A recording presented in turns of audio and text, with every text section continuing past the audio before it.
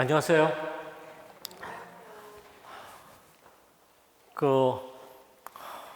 그동안에 한 2년 반 동안에 이렇게 모여서 뭐 토론도 하고 뭐 하는 기회를 못 가졌다가 한 달 전에 연락이 와서 기꺼이 참여를 해야겠다.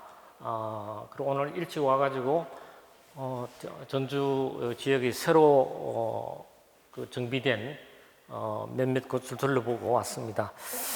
오늘 제가 말씀드릴 것은 전라북도, 전주를 중심으로 한 전라북도 천주교, 특히 한옥 형태로 된 성당들, 이런 건물들의 세계유산으로서의 가치가 있는가, 있다면 어떤 방식을 통해서 등재 운동을 해야 될까 하는 데 대한 발표가 되겠습니다. 근데 사실은 2011년 그때 이런 주제를 가지고 시작을 했고, 또 전북도청에서 우리 서울에 있는 교황대사님을 모시고 또 일본 나카사키 교구에 세계유산 등재 운동을 했던 전문가들도 모시고 이런 거의 비슷한 주제를 가지고 강의를 한 적이 있습니다. 그때는 굉장히 일찍에 참여를 했었는데, 마침 부여익산의 유적들이 세계유산으로 등재되기 위해서 신청을 했더니 부여공주 익산을 왜 넣지 않았느냐, 그렇게 해서 익산이 포함돼서 부여공주 익산의 백제문화유산이 세계유산 등재됩니다. 그 다음에 그래서 그때 전라북도에 이 천주교 한옥유산을 추진하려고 했던 멤버들이 다 그쪽으로 개편하는 바람에 잊혀졌습니다. 그리고 천주교에서도 그 이후에는 더 이상 이게 무관심했던 적이 있는데, 지금 우리나라는 15건의 세계유산이 등재되어 있습니다. 그래서 문화유산 13건, 또 자연유산 2건, 그리고 무형유산이 21건, 기록유산이 16건입니다. 그런데 무형유산과 기록유산은 생긴 지가 얼마 안 돼 있고, 대한민국이 거의 5위 내지 10위권 안에 들어 있습니다. 그런데 세계유산은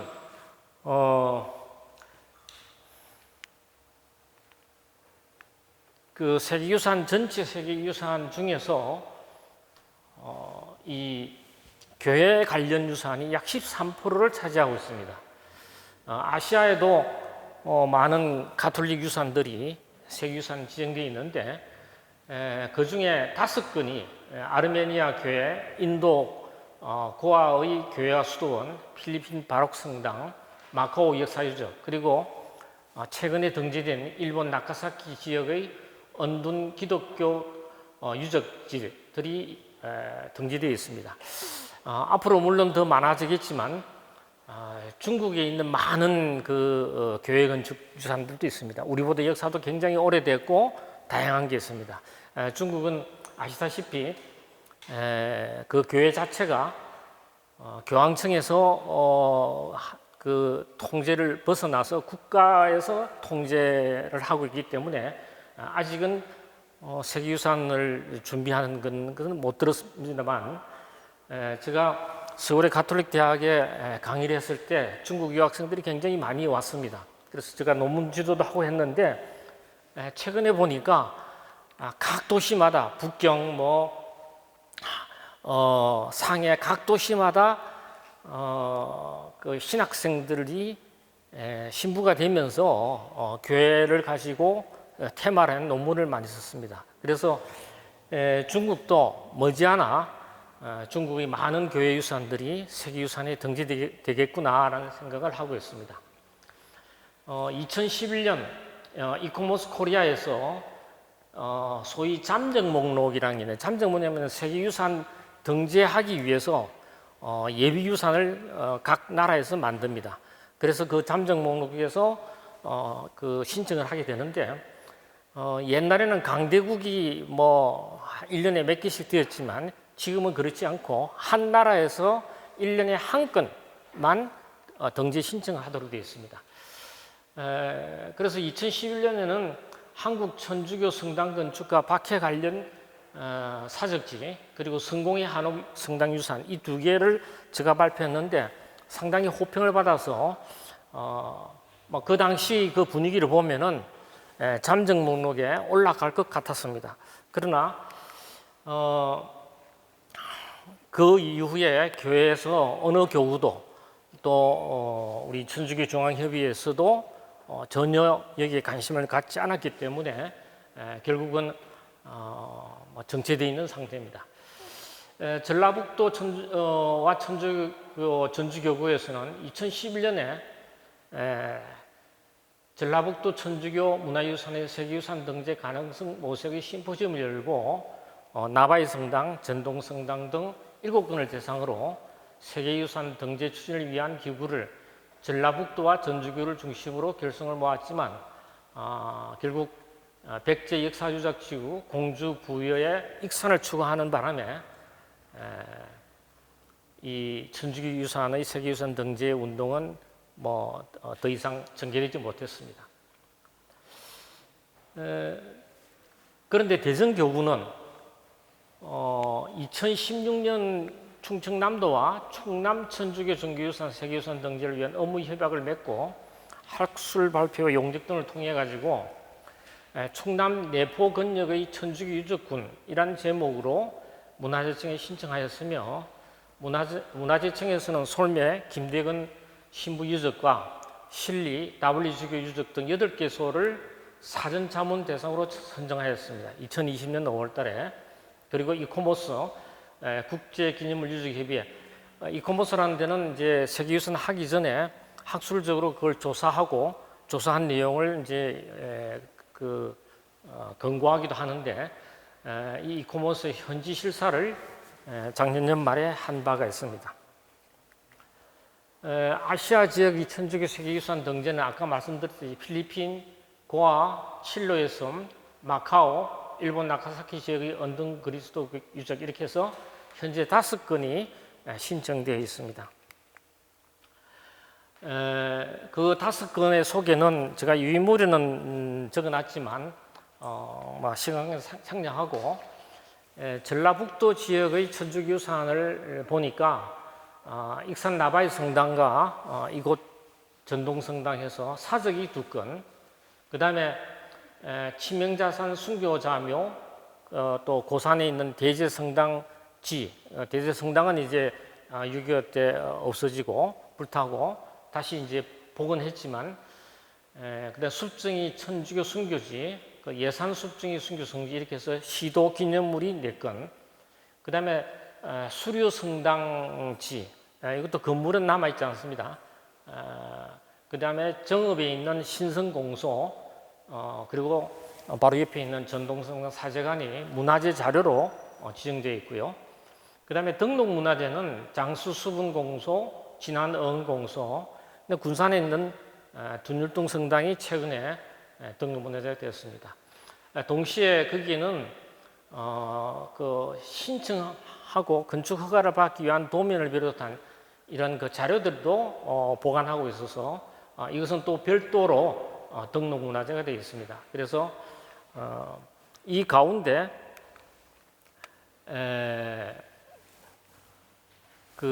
제가 오늘 말씀드리고자 하는 것은 한옥 형태, 한옥 성당을 중심으로 해서 잘하면 6건 내지 7건이 전라북도 지방에 있는데 이걸 세계유산으로 어떻게 등재할 것인가 그 하기 위한 준비와 또 교구 차원에서 또는 전라북도 문화재 관련 차원에서 어떻게 해야 될 것인가 하는 것을 생각해보는 시간을 갖도록 하겠습니다.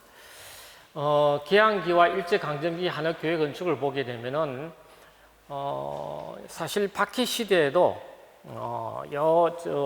피난했던 산골의 그 교우촌이라든지 또는 서해안의 그 홍성, 예산, 이런 지역의 그 삽교 촌을 중심으로 했었던 그런 교우촌들, 이런 교우촌에서 비밀리에 그 종교 집회를 가지면서 어떤 토착화를 시도했었는데, 이것이 이제 종교의 자유가 획득되고 나자 더 본연의 그 가톨릭의 전례 형식을 수용하기 위해서 성당 건축이 이루어지게 됩니다. 그런데 이 당시는 여러 가지 재정적인 문제도 있고, 또 교회 건축의 전문가들도 드물고, 그래서 우리 전통의 그 순수한 한옥 양식을 가지고 기능의 필요에 따라서 약간씩 변형하는 그러한 성당들이 지어지게 됩니다. 그래서 개항기, 그리고 이러한 것은 일제강점기에도 초반기에는 계속 지탱이 됩니다. 그래서 한옥 성당은 기존 한옥 건물을 그대로 이용하거나 아니면 부분적으로 이걸 개조하거나 하는 기능만을 충족하는 것이 1880년대, 1890년대 상황이고, 1890년대 되면은 어느 정도 종교 자유가 허락되기 때문에 한옥 성당의 건축 평면의 축을 바꾸어서, 뭐 한옥은 전면을 향해서 좌우로 이렇게 넓게 되어 있는데, 우리가 이제 이 성당이라는 것은 아주 제대를 향해서 아주 깊숙한 길쭉한 그런 공간이기 때문에 이 한옥을 축을 바꿈으로 해서 이 천주교의 전례를 수행할 수 있었던 거죠. 그러다가 당시에는 남자와 여자를 구분해야 된다. 그래서 남녀 7세 부동석이 돼서 남녀 사이에 칸막이를 설치했던 것. 지금도 남아있는 것이 화산 나바이 성당은 지금도 남아있죠. 또는 남녀식을 기역자 형태로 해가지고 기역자에 만나는 부분에 제단은 있고, 한쪽은 여자 신도, 한쪽은 남자 신도석인데, 이러한 기역자형 성당 건축은 사진 자료나 또는 기록으로 남아 있습니다. 그러나 현재 건축으로 남아 있는 것은 없습니다. 그런데 개신교는 기역자형 교회가 몇 건 남아 있습니다. 그런데 일제강점기가 되면은 성당 건축은 외국인 성직자들에 의해서 주도되며 그들 본국의 건축 양식을 피상적으로 지향하게 됩니다. 뭐 우리 전동성당도 그렇지만 명동성당이나 대구에는 계상동성당이나 거의 많은 성당들이 바로 그 당시 우리나라에 와서 많은 활동을 했던 프랑스 파리 요양 정교회 신부님들이 자기 본국에서 봤던 본국의 양식을 한국에 이렇게 재현하는, 다만 그러면서도 그 기술이라든지 재료라든지 이런 것은 그 지역의 토착적인 그런 기술을 원용했기 때문에, 특히 전동성당 같은 경우는 자재라든지 또 한옥 목수들이 참여하고 해서 이 명동이나 계산성당 같이 고딕 스타일이 아니고 흔히 우리가 로마네스크 또는 비잔틴 이런 그 절충 형식이 되었습니다. 초기 한옥 성당은 한양 절충식으로 이제 전개됩니다. 그리고 일제 강점기 때는 성당 건축이 뭐냐?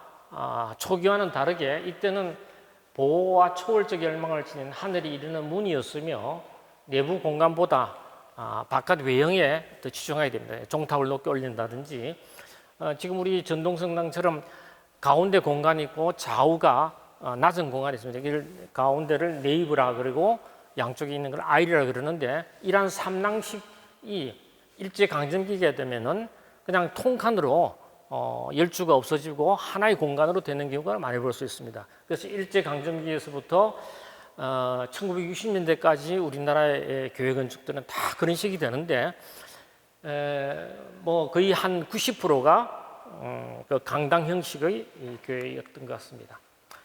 그러면 제가 이 전라북도 천주교에서 중요하다고 생각되는 한옥 성당들을 보도록 하겠습니다.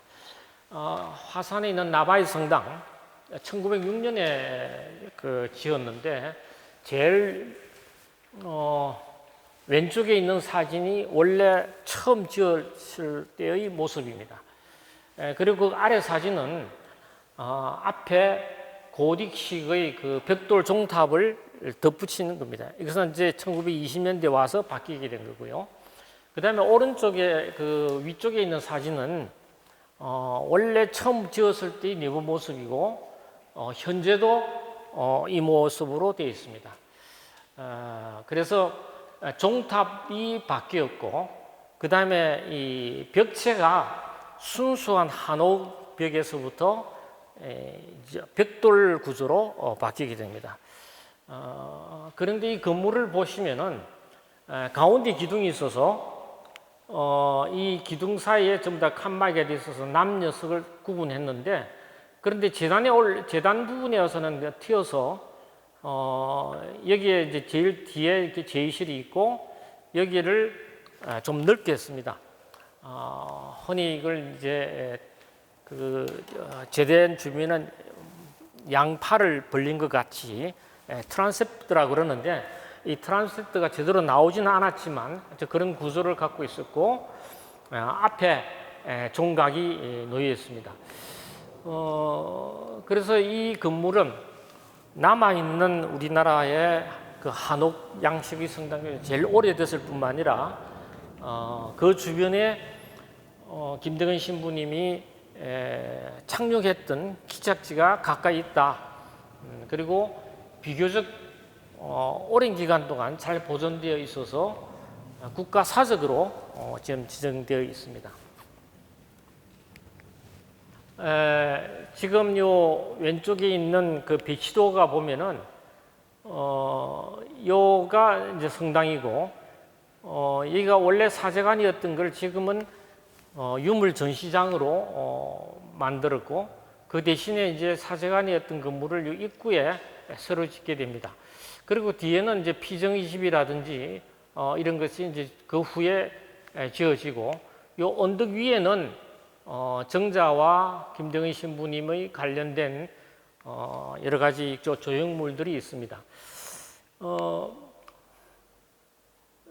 여기까지는 상당히 우리 전통적인 것과 유럽의 그 양식이 서로 잘 조화되게 되어 있었는데, 요 뒤에 이제 피정의 집이 만들어지고 하면서 요 뒤에 있는 건물들은 우리가 보면 좀 열악할 뿐만 아니라 양식 이런 것들이 격에 맞지 않는, 그래서 만약에 나바이 성당을 세계유산으로 우리가 생각한다면은 이 뒤에 있는 건물들을 좀 더 보완하고 손을 대야 되지 않겠는가 하는 생각이 됩니다. 아마 나바이 성당은 여기서 그렇게 멀지 않고 여러분들이 다 아실 것 같습니다. 그 다음에 고산 대제성당 가깝죠. 완주군 지금 현재 고산 성당은 100주년 기념으로 이제 새로 지은 것이고, 대제에 있는 그 고산 대제는 제가 왼쪽 사진에서 보는 바와 같이 성당과 오른쪽에 있는 것은 사제관입니다. 그래서 성당의 입구에 한가운데 이렇게 종각이 있고, 옛 사진들을 보면은 우리 한옥을 잘 이렇게 축을 바꾸어서 성당의 전례를 잘 수행하고 있습니다. 이것 역시 그 내부는 이 기둥이 내부에서 칸막이를 해서 남녀석을 구분했었는데, 사실 이게 6.25 동란 때 파괴 불타가 버리고 지금 요 밑에 있는 것은 복원을 했습니다. 그래서 복원을 한 건물이고요. 그래서 이 고산 대제성당은 옛 모습을 그 사진 기록과 또 그 대제성당뿐만 아니고 그 주변 지역들이 비교적 시골이라서 그런지 잘 남아 있습니다. 그래서 문화재적인 관점에서는 성당뿐만 아니고 그 주변 마을에까지도 좀 이걸 복원을 해서 해야 되겠다 이런 생각을 하는데요. 이게 복원은 물론 국가 예산을 들여서 복원을 했지만 복원이 잘못된 사례입니다. 왼쪽에 있는 이것은 밑델 주교님이 당시에 이 지방을 여행하면서 꼭 이분은 그걸 스케치도 하고 글로서 남겼습니다. 그래서 당신이 방문한 성당을 다 이렇게 이 기둥 위치도 다 그리고 그 방 이름 뭐 이렇게 해서 들어가서 그 행랑채가 있고 사제관이 있고 이렇게 다 기록을 남겼습니다. 그런데 이제 이런 그 자료를 가지고 한 20년 전에 서울 교회사 연구소에서 가톨릭 대사전을 만들 때 뭐 필경사라 그럽니까? 옮겨 적는 분이 이걸 이렇게 옮겼어요. 이 기둥 위치가 다 지멋대로죠. 여기 기둥이 있을 수가 없는데 이렇게 잘못 표기를 한 걸 볼 수 있습니다. 뭐 교회사 연구소에서 나오는 가톨릭 대사전도 그 후에 11권, 12권으로 정보되긴 했지만 불과 30년 전의 일입니다. 그만큼 우리가 이 건축에 대해서 소홀히 했다. 이 교회 내에 전문가가 있음에도 불구하고 전문가의 그 이야기는 잘 안 듣는 것 같아요. 그래서 이제 이 교회사 연구소 나오는 대사전의 잘못도 돼 있었지만 이제 복원을 하면서 종탑을 보면은 한 가운데 이게 건물과 붙어 있었는데 이렇게 띄어가지고 종각을 복원했어요. 이게 그래서 왜 이렇게 했느냐? 이 한 가운데 종각이 있었는데 이렇게 한쪽에 치우치가 복원을 했습니다. 그래서 도대체 이게 국가 예산이가 완주군 예산을 했겠지만 어떻게 이렇게 복원을 할 수 있느냐? 그렇게 제가 이게 했더니 공소회장님이 웃으면서 가운데로 드나드는데 불편해서 그랬다. 불편해서 이렇게 한쪽이 옮겼다. 할 말이 없죠. 그래서 이 전주교구의 역사를 잘 아시는 김진소 신부님 같은 경우는 저보고 농담으로 그랬어요. 이거 빨리 불을 내가 다 태워버려 다시 해라. 이게 뭐 그런 말까지 할 정도로 사실 우리가 문화유산, 문화재에 대한 인식이 좀 약했던 것 같습니다. 그래서 현재 지금 이렇게 되어 있습니다. 그리고 이제 이 오른쪽에 있는 거는 실측한 건데 이거 좀 재미난 게 보시면은 이 남자 여자가 이제 양쪽에서 들어가는데 이 마루가 툇마루가 이게 다 끊겨 있죠. 다 끊겨 연속되지 않고 또 끊겨 있습니다. 왜 그렇게 했어요? 왜냐하면은 여기서 신발을 벗고 이제 들어가야 되게 이게 편하도록. 그러니까 여기 걸터 앉아서 신발을 벗고 여기서 들어가고 하기 편하도록 이렇게 칸마다 이렇게 해서 했던 겁니다.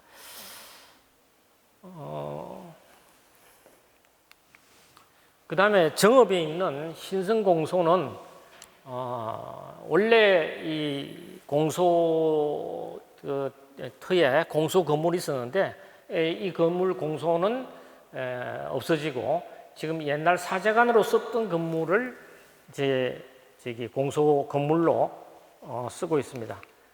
그래서 그 내부를 보시면은 그 소위 바실카 타입이라는 삼랑식 공간이 만들어져 있고요.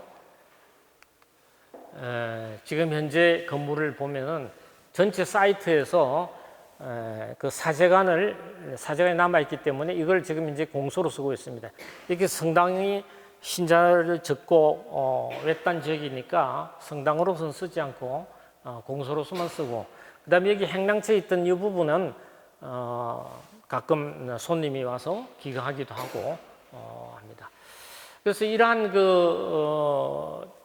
건물들도 그 오랜 역사를 간직하고 있기 때문에 지금 문화재로서 우리가 존중시하고 있고요. 그 다음에 이제 수료 성당이라고 있습니다. 문화재 자료로 있는데 이 수료 성당은 원래는 이런 건물이었습니다. 이해 성당 건물이었는데 아까 화산 나바이 성당과 좀 유사한 그러한 그 정면에 이제 종탑이 있고 하는 그런 건물이었죠. 그런데 이것 역시 건물은 없어지고 1960년대에 그 건물이 있던 바로 옆자리에 이렇게 그 블럭으로 해서 몰타를 바르고 페인트를 칠한 이러한 성당으로 지금 현재 쓰고 있습니다. 제가 볼 때는 수료도 바로 이 건물 옆 부지가 있기 때문에 아마 발굴을 하면은 주초라든가 나오지 않을까. 그렇다면은 여기도 만약에 새로 지을 수 있는 어떤 여건이 된다면은 이것을 복원을 하는 거 어떻겠는가. 그런데 이 건축은 바깥에서 보는 그 외관도 중요하지만 사실은 건축의 에센스는 내부 공간입니다. 우리 전동성당이 사적이고 그렇게 중요하게 생각하는 것도 외관 형태보다는 지금 내부에서 보시면은 이 아치가 있는 기둥열이 있고 그 위에 자그만 좀 어두운 건 이걸 트리포리움이라 그러는데 1층 아케이드 위에 트리포리움, 그 다음에 위에 빛이 많이 들어오는 걸 클리어 스토리라 그럽니다. 이렇게 해서 세 개로 구분되고 있고 평면적으로도 이 가운데 네이버 양쪽에 아이를 해서 구분돼요. 그래서 우리가 삼랑식이다 이렇게 이야기를 하죠. 더구나 또 이제 전동성당은 이 지하 공간이 있습니다. 지하 공간 개방은 안 하지만 명동성당이나 이런 그 계산동성당 이런 데는 명동성당의 경우는 지하가 그 로마네상스 잘 되어 있습니다. 지하 묘실이라 그래서 천주교 순교했던 그 옛 그 신부님들이 묘가 그 지하에 있습니다. 이 전동도 30년 전에 이게 문화재 한번 화재가 났죠. 30년 더 됐습니까? 화재가 나서 보수를 하고 할 때 이 지하 부분에 보강을 하고 했습니다. 그래서 들어가면 뭐 키 정도에서 공간이 요 재단 밑에 공간이 있는데 저는 이제 그런 공간도 이 일반인들이 그 들어가서 보고 또 참배도 할 수 있도록 했으면 좋겠다. 그래서 한때는 사실 이제 지하로 내려가는 계단 입구가 바로 이 메인 계단 재단 뒤인데 원래는 그 입구가 거기 아니었어요. 그래서 그런 걸 다 고정해서 해보자. 지하 공간을 만들고 그런 걸 제안한 적이 있는데 뭐 그것도 한 12여 년 전의 일입니다. 수리성당에 지금 현재 이 성당은 한 20년 전만 하더라도 우리나라의 시골에 있는 성당은 전부 다 이런 형태입니다. 거의 뭐 80% 이상이 그래서 1960년, 70년대까지도 이런 형태. 그래서 블록으로 하거나 시멘트 벽돌에 해서 몰타를 바르고 페인트 칠하고 한던 그런 건데 그럼에도 불구하고 이 내부를 보면은 그냥 강당 형태입니다. 그래서 외관 위주로 바뀐다. 이것은 우리가 이제 박해 시대나 일제 강점 초기의 신자들은 외관보다는 이 내부 공간 구성이나 이런 것이 오히려 우리가 천주교 전례에 적합하고 또 그걸 이해하고 이랬는데 일제 강점기가 되고 하면서 그런 의식은 다 사라지고 오로지 바깥 형태, 외관 형태, 뾰족한 종탑이 있으면 교회다 이렇게 생각하는 것이 되어버렸죠. 그래서 이 내부 공간이 그냥 홀형 성당이라 그러는데 이런 경우가 많아서 이제는 이런 것도 다 사라졌기 때문에 이런 희소 가치가 있을지 모르지만 그렇게 우리가 보존해야 될 그런 건 아니다 이렇게 생각이 됩니다. 그 다음에 장수에 있는 수분 공소는 내부에 보면은 역시 삼랑식으로 되어 있고 그 다음에 재단 목조 건물에 이 함석 지붕을 이었고 밑에 이제 그 도면에서 보면은 이 삼랑식으로 되어 있고 요 뒤가 제의실 그리고 신부님 방이 있습니다. 그래서 이때부터도 여기 시부님이 상주가 아니고 오시면은 이 뒤에 이 방에서 주무시기도 하고 했던 그 준비도 하는 그런 공간이었던 것 같습니다. 진안에 있는 어은공소라고 있는데 이건 이제 등록문화재가 되어 있습니다. 이 건물도 가운데 기둥이 있어서 남녀 구분을 하기 위해서 칸막이가 되어 있었는데 현재는 칸막이는 다 철거됐고 한때는 이 기둥에 이렇게 초록색으로 칠을 했습니다. 이건 아마 그 주민들이 생각하기에는 우리가 한옥 건물, 사찰이라든지 이런 데 건물에 가보면은 기둥에는 젓갈색, 우리가 습관주라고 하는데 이걸 칠하고 이 처마 밑에는 녹색 계열을 칠합니다. 내록이라 하는. 그리고 거기에 이제 위계에 따라서 단청의 문양을 넣게 되는데 아마도 이 칠이 되어 있었던 거는 그 민간에서 그냥 두는 것보다는 이런 칠을 해서 그 보완하는 것 같은데 이 문화재가 되고 나서 다 바뀌었습니다. 그래서 칠을 다시 이제 다 하고 지금 현재는 이런 모습이 되어 있습니다. 어은공소도 아주 시골이긴 하지만 우리 초창기에 한옥을 성당으로 쓰면서 유수 깊은 그런 그 신앙생활을 엿볼 수가 있습니다. 그래서 이제 제가 이거 아마 여기 나눠드린 그는 이제 결론이 됐는데 사실은 요것하고 조금 더 있겠습니다만은 세계유산 등재의 최근 경향은 문화유산보다는 복합유산이 증가 추세에 있다. 1년에 한 국가에 하나만 등재 심의가 가능한 것을 감안하면 국내의 문화유산 잠정 목록이 9건, 잠정 목록이라는 것은 세계유산 되기 전에 각 나라에서 예비로 만듭니다. 그래서 거기서 하나씩 이제 신청을 하게 되는데 몇 년 전에는 우리나라가 이사국이어서 상당히 신청이 활발하게 되어 있지만 지금은 어느 나라든 미국이든 중국이든 한 나라에 하나밖에 1년에 신청을 할 수 없습니다. 지금 현재 잠정 목록에 되어 있는 것은 중부 내륙 산성군, 염전, 전남, 시남, 영광군에 있는 염전, 그 다음에 대곡전, 울산에 가면 대곡리 방구대 암각하라는 것이 있습니다. 천전리 각석하고 이거는 우리가 청동기 시대에서부터 삼국시대 초기에 이르는 건데 그 다음에 나간읍성 잘 아실 거예요. 그 다음에 외안마을 또 서울에는 한양도성을 신청했다가 또 안 되기도 했지만 또 다시 그 준비를 하고 있습니다. 아마 이제 신임 대통령이 청와대에서 물러 나왔기 때문에 한양도성이 신청하기 좀 유리한 측면도 있을 겁니다. 그래서 그 부분이 오픈되고 또 한양도성이 끈기 있는 부분들이 있는데 그 부분을 보완만 하면은 그다음에 가야 고분군, 화순에 있는 운주사 석불군, 석탑군 이렇게 해서 9개가 잠정 목록이 되어 있고요.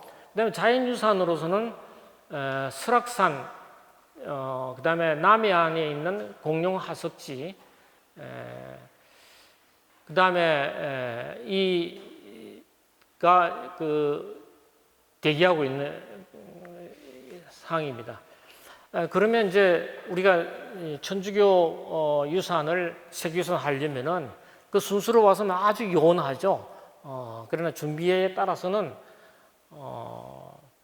우리가 더 앞질러서 여건만 되면 가능합니다. 저는 이 건축문화유산뿐만 아니라 천주가사, 그다음에 연도, 그다음에 한역사학서 이러한 소위 기록유산 또는 무형유산도 세계유산으로 충분히 등재할 수가 있습니다. 그래서 이런 것과 같이 어울려서 해야 되는데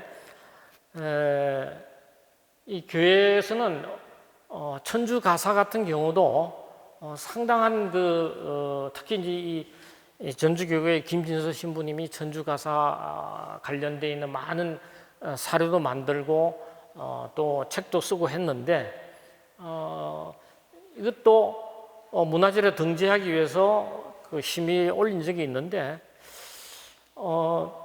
좀 열심하게 이렇게 설명도 하고 해야 되는데 또 우리 어른들의 그 심성이 그거 뭐 그렇게 한다고 되는 거 아니다. 그래서 자리를 비켜줬더니 그 문화재위원들은 비전문가니까 부족하다 이렇게 해서 등재를 못했습니다. 연도 같은 경우는 아직도 우리가 현대화되어서도 장례할 때 잘 남아 있습니다. 그리고 전국에 있는 성당에도 뭐 연도 대회도 하고 연도를 한국 신자들은 특히 좀 어르신들은 몸에 배어 있습니다. 그렇다면은 연도도 무형유산으로 충분히 가능하다. 또 한역사학서도 최근에서는 국가 예산을 지원받아 가지고 전국적으로 그 자료를 모으고 하고 있습니다만 그게 완전히 된 다음에 하려고 하지 말고 지금이라도 서둘러서 유네스코 무형유산이나 또는 기록유산에 이제 그 2011년에 전라북도 천주교 문화유산의 세계유산 등재 가능성 모색이라는 심포지엄을 아까 서두에 제가 말씀드렸습니다만은 전라북도 에서 했습니다. 그때는 이 전주의 그 여성 신자분들이 쭉 줄을 서가지고 한영을 하고 그리고 우리 교황대사도 와서 깜짝 놀랐고 또 일본에서 나카사키에 세계유산 하려고 등재 준비하는 분들도 와가지고 보고 이제 저한테는 그런 이야기를 했죠. 야, 이거 한국이 새치기 하는 거 아니냐? 일본이 지금 준비를 다 해가지고 일본은 잠정 목록에 올라가가지고 준비를 하는데 일본은 그렇게 뭘 해도 사람이 100명 이상 모이지를 않는데 한국은 와 보니까 수백 명이 모여 있고 그리고 신부님이 주교님이 딱 앉아 계시니까 모든 신부님이 다 이걸 보고 일본인들이 굉장히 놀래고 그랬습니다. 우리는 그렇게 확 오를 때는 확 오르지만 그 다음에 팍 꺼질 때는 파라락 꺼져버리죠. 아까 말씀드렸지만 부여 익산 공주의 세계유산 때문에 천주교 이게 되지 못했습니다. 그리고 2011년에 이제 문화재청에서 신규 발굴 연구 보고서를 냈습니다. 그래서 앞으로 지금까지 안 알려져 있던 것을 세계유산 하려면 어떤 게 유리할 것인가. 그래서 또 거기 참여를 해서 아까 말씀드렸듯이 한옥성당하고 성공회 갖고 있는 성당을 올려서 굉장히 호평을 받았어요. 그때 뭐 등수를 한다면 한 2등 됐을 겁니다. 그런데 교구에서는 아무도 그래서 그게 시기를 놓쳐버렸습니다.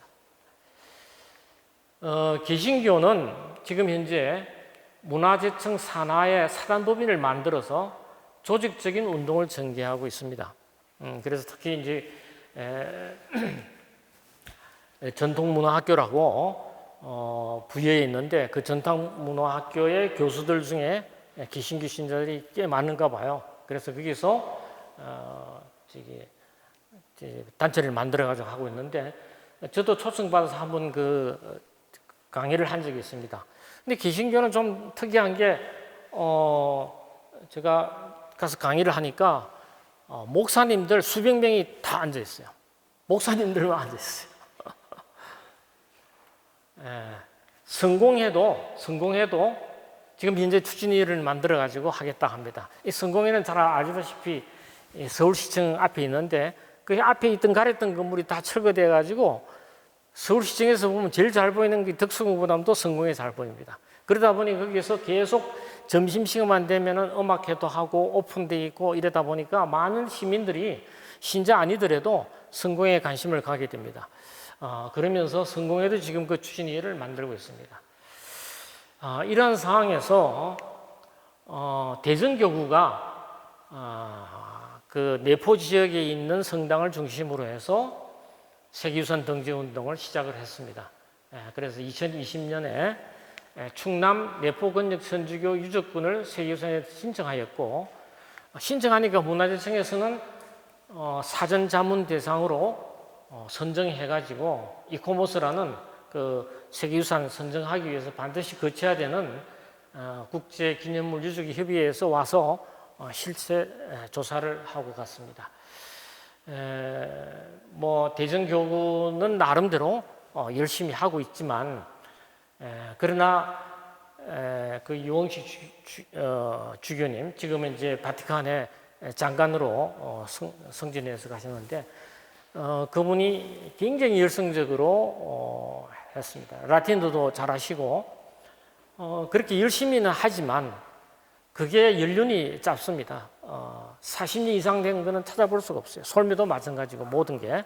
그다음에 그 내포라는 지역은 그 삽교천이 이렇게 흘러가고 하면서 바로 홍성, 예산, 뭐 이 지역에 그 갈대밭 이런 데서 그 W 주교뿐만 아니라 많은 그 순교자들이 포졸들이 잡으러 오면은 바로 그 경계를 넘어가면은 하루 걸린다고 합니다. 예산에서 홍성으로 넘어가면 그 사이에 이제 서해안으로 피신할 수 있었고, 그래서 저 산 속에 있는 그 교우촌 못지않게 이 내포 지역은 그 천주교가 굉장히 발달됐는데, 솔매를 중심으로 해서 대전교구에서 그 만들어서 커다란 성당을 짓는 데만 몰두했습니다. 그래서 아마 솔매에 가면 어마어마한 성전을 지었죠. 그러니까 이제 이 외국 전문가들이 와서 보면은 100년, 200년 전에 어떤 흔적을 보러 갔는데 최근에 지은 거대한 것들만 보고서 그냥 놀라고 갑니다. 놀랄 뿐이지. 그런 놀람을 사실 오늘 저는 우리 전주교구에서도 놀라고 왔어요. 어마어마한. 그런데 거기에서 분명히 옛날 순교자들의 어떤 그 삶이라든지 그런 것을 느껴야 되는데, 그게 동상으로는 되어 있습니다. 아무런 감동을 주지 않아요. 이제 그게 문제죠. 그렇다면은 이 전주교가 갖고 있는 이 많은 한옥 성당들, 그래서 이제 여기 보면 그리스도교 한옥교 유산, 초기 교회의 동산 무형유산도 함께 이렇게 해야 된다. 그 다음에 이 한국, 중국, 일본의 천주교 성당들의 그 양식을 비교한 표인데, 사실 이거는 오늘 주제는 아닌데, 제가 이걸 8년 전에 그 팜플렛을 만들어 가지고 뿌리고 다녔어요. 저 개인 발품을 팔고 비용도 제가 다 신부님도 드리고 주교님도 드렸어요. 감흥이 없습니다. 감흥이 없어요. 그러다가 이제 우리 전주교구 김선태 주교님이 이제 이병호 주교님 바뀌고 나서 제가 이걸 갖다 드렸어요. 이거 어떻게 주교회의에 보고를 해서 이걸 빨리 전주교구가 중심이 돼가지고 대전교구, 수원교구 하면은 열심히 하겠습니다. 그랬더니 김선태 주교님이 그걸 주교회의에 보고를 했습니다. 그래서 주교회의에서 한번 저보고 연락이 왔어요. 그거 몇 부 좀 더 갖고 와라. 그래서 주교회의 주교님이 다 나눠드렸어요.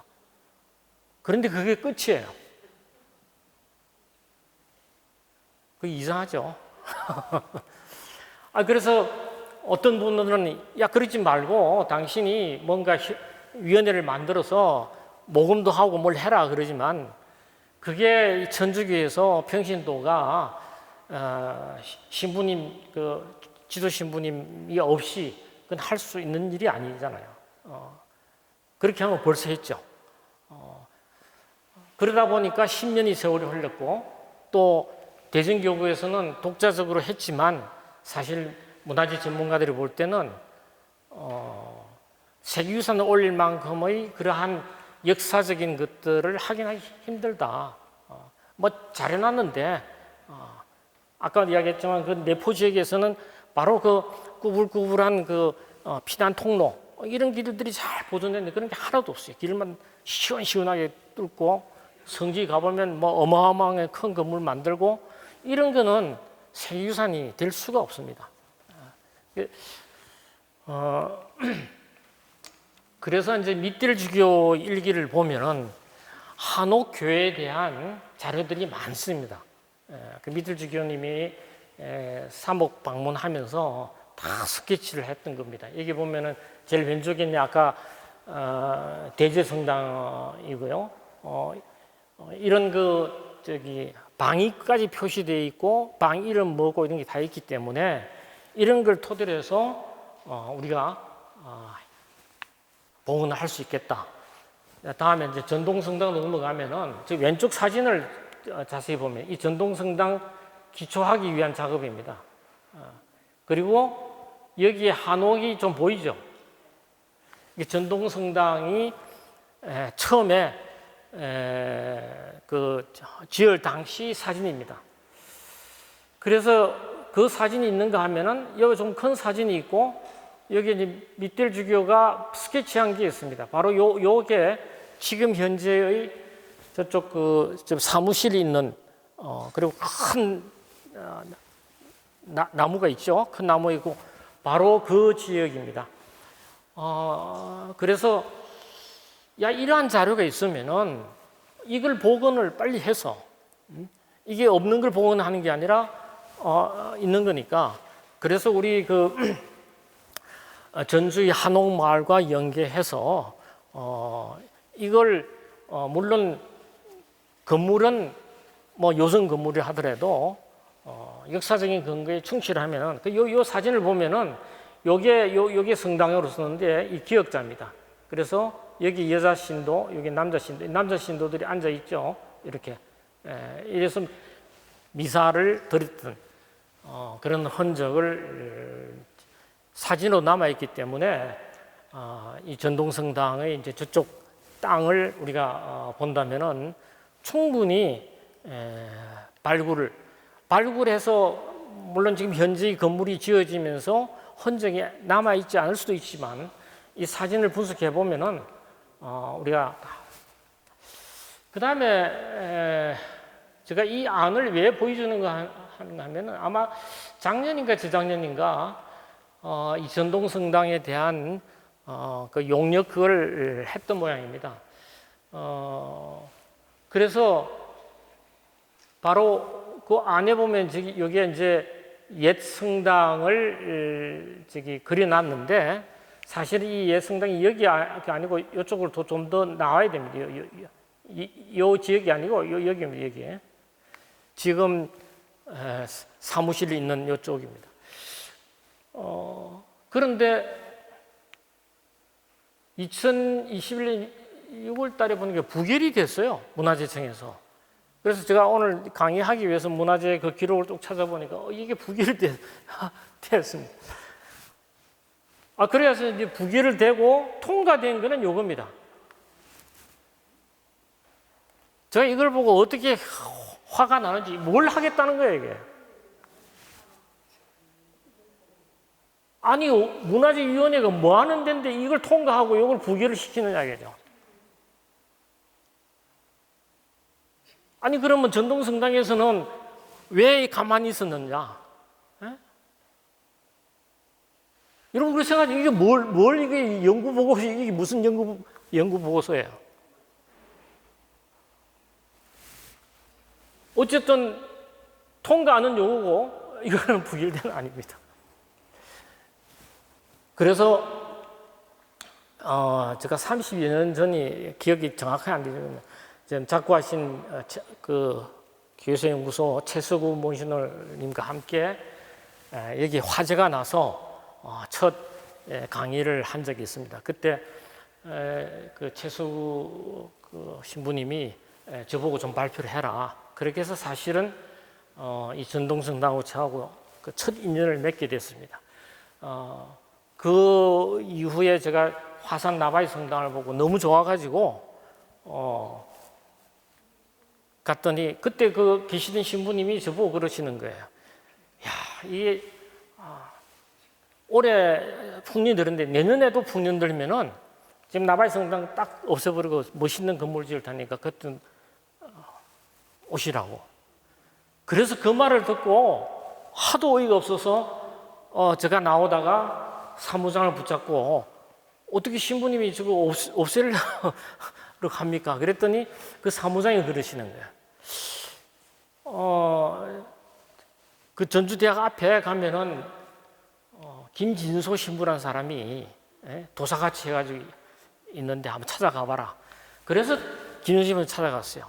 찾아가서 그 이야기를 했더니 김진소 신부님이 아니 뭐 학자들이고 뭐고 다 와서 자료만 빼가지 전혀 상대 안 한다고 만나주지도 않았습니다.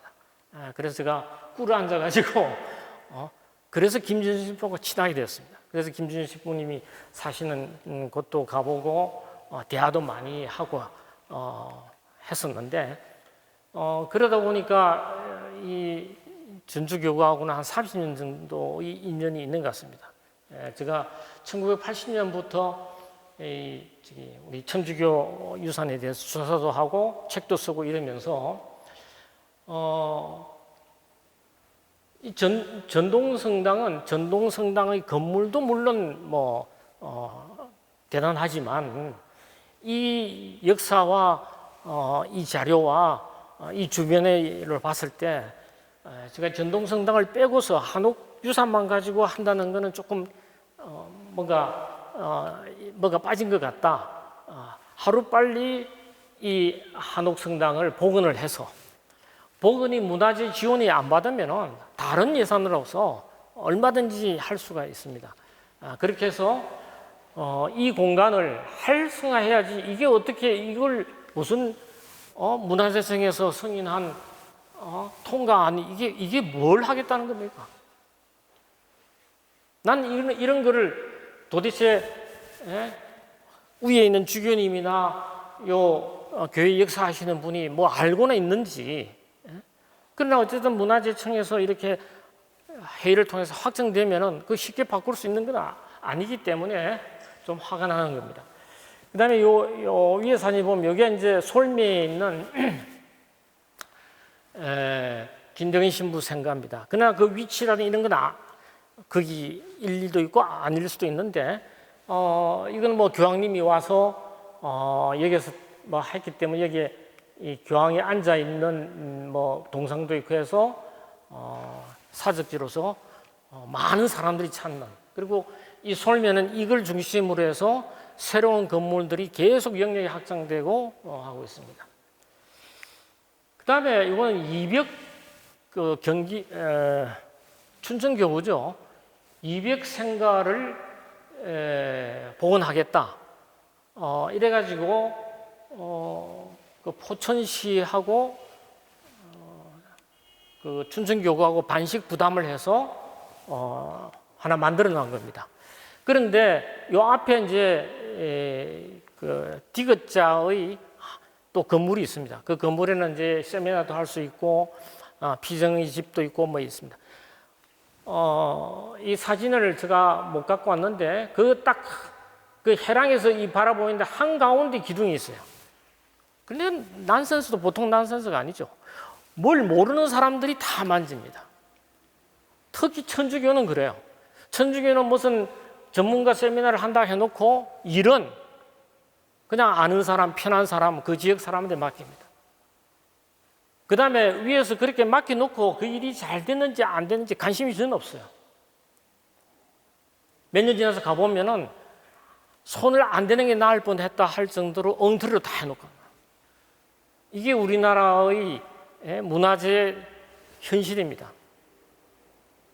제발 그러지 않기를 바라지만, 그 다음에 이제 요 밑에 있는 건물은 언니성지라고 수흥교구에 있습니다. 언니성지는 잘 알다시피 그 상해에 있는 김가항 성당, 우리 김대건 신부님이 그 중국에서 서품 받았던 성당입니다. 물론 그 남경이 주교자가 있었던 곳인데 김대건 신부님이 그 서품 받을 그 순간에는 남경이 바로 상해의 그 남쪽 상해 그 강이 흐르는 남쪽 지금 포동이라고 하는 곳인데 지금은 굉장하게 이제 개발이 되어 있죠. 거기에 있었던 성당인데 이 성당이 이제 도시계획에서 헐리게 됐습니다. 그래서 한 10여 년 전이었나요? 헐린다는 소식을 듣고 제가 가서 그 실측도 하고 했던 겁니다. 그래서 저는 그 마지막 미사를 참석을 못하고 미사하는 중에도 막 지붕에 와서 실측하고 자를 대고 뭐 이렇게 했는데 중국은 일단 철거한다 그러면 딱 출조막 해놓고 그냥 부숴버립니다. 그래서 참 초라한 성당에 마지막 미사에 주교님이 와서 한다 그러니까 없던 잔디가 깔리고 하초가 심어져요. 저도 그거 보고 깜짝 놀랐습니다. 화분이 아니고 나무가 심어져 있는 거예요. 큰 나무들이. 딱 이틀 만에. 그런데 다 끝나고 나니까 온데간데 없어졌어요. 그래서 헐렸던 거를 어렵게 해서 그 자재를 일부를 갖고 와서 복원을 했습니다. 이 지금 김강성당을 그게 언이성지라는 곳에 언이성지에 이제 김대건 신부님이 그 흔적이 있습니다. 골리마실하고 언니하고 여기 있었기 때문에 그래서 김대건 신부님만 하더라도 당신의 할아버지 때 이미 박해를 받아서 솔매에서 나오게 됩니다. 그러니까 김대건 신부가 솔매 태생이라고 하지만 물론 이제 포졸들이 누구냐 하니까 나는 솔매 출신 김대건이라고 이야기하지만 옛날에 우리가 이야기할 때 자기가 낳은 것보다는 자기 가문이 있는 집안을 이야기하는 거죠. 그러니까 박해를 받았는데 김대건 신부가 솔매 거기에서 계속 성장했을 리가 없잖아요. 기록에 의하면 서울 청파동 그리고 수흥교구에 양지 쪽에 있는 그리고 이제 바로 언이성지에서 신학생으로 간택 받아가지고 이제 중국 갔다 와서 되는데 그래서 이 복원을 했습니다. 지금 이런 그 사진들을 보면은 지금 인천교구에서는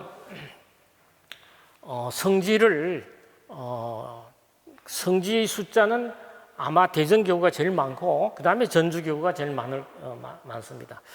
상대적으로 인천이라든지 또 서울이라든지 성지가 적어서 그런지는 모르지만 지자체와 또 성당에서 합심하여 공원도 만들고 성지를 복원하고 이렇게 합니다. 그래서 이성훈의 그 가묘가 있는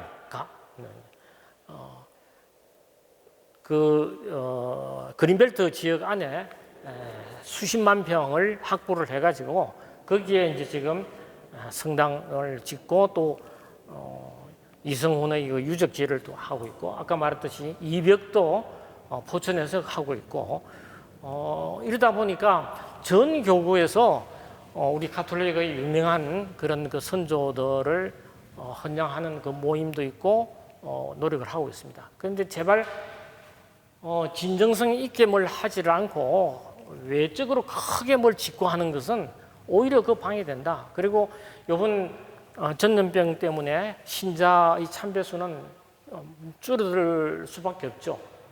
서울이나 수원교구도 이제는 새로운 성당이 만들어지는 경우가 드뭅니다. 오히려 지어놓은 그 많은 것들을 도로 축소해야 될 판입니다. 유지 관리도 힘들고 제가 이제 성당을 설계를 많이 했어요. 저는 뭐 전국에 한 40개 정도 설계했는데 할 때마다 이 프로그램을 분석을 해봅니다.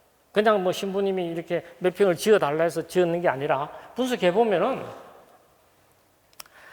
옛날에는 전래 공간이 일제강점기나 또 개화기 때는 90%입니다. 다시 말하면 성당이 90%고 10%가 사제관이나 수녀원. 그러던 것이 1970년, 80년, 2000년 전후가 되면은 20% 줄어듭니다. 나머지 80%가 뭐냐? 노인들을 위한 그 만남의 방, 기도실, 또 뭐 피자 이런 것들이 많아집니다. 그런데 2000년을 딱 지나고 나서 이제는 오히려 이제 그게 줄어듭니다. 성당의 노인 그룹들이 성당에 갈 필요가 없습니다. 성당 안 가도 지자체에 있는데 여러 가지 그 모임이 활발합니다. 동사무소가 옛날처럼 공간이 많이 필요하지 않잖아요. 모두가 전산화되고 있기 때문에 그러니까 동사무소는 직원을 줄이지 않고 할 수 있는 게 뭐냐? 노인들을 위한 공간을 만들고 거기서 건강 체조도 하고 또 음식도 제공하고 이렇게 바뀝니다. 그러다 보니까 우리나라에 있는 많은 그 공공시설들이 이제는 그런 사회 노인들을 위한 이런 걸로 바뀌게 됩니다. 그러다 보면 성당에 많이 지어놓은 그런 공간들이 필요가 없어요. 오히려 유지가 힘듭니다. 서울에도 그렇고 수원교구도 크게 지었던 성당들이 좀 텅텅 빕니다. 아마 이 전국에서 주요한 성당을 대성당을 짓기 시작한 시작이 수원교구의 미리내입니다. 미리내 성당을 어마어마하게 크게 지었죠. 약 한 3,000석 되는 성당을 지었습니다. 그런데 그 지을 때만 하더라도 도면하고 맞지 않아요. 설계 도면에 맞지 않는 위치에다가 지었고, 그래도 옛날에는 그게 가능했던 모양이에요. 그런데 그 유지가 힘듭니다. 막 거미줄이 있고 물이 새고 엉망입니다. 그래서 성당을 이제는 크게 지을 이유가 없다. 작으면서도 알차게 하자. 그래서 한 성당에 갖고 있는 여러 가지 이제 그 공간 분포가 많이 달라집니다.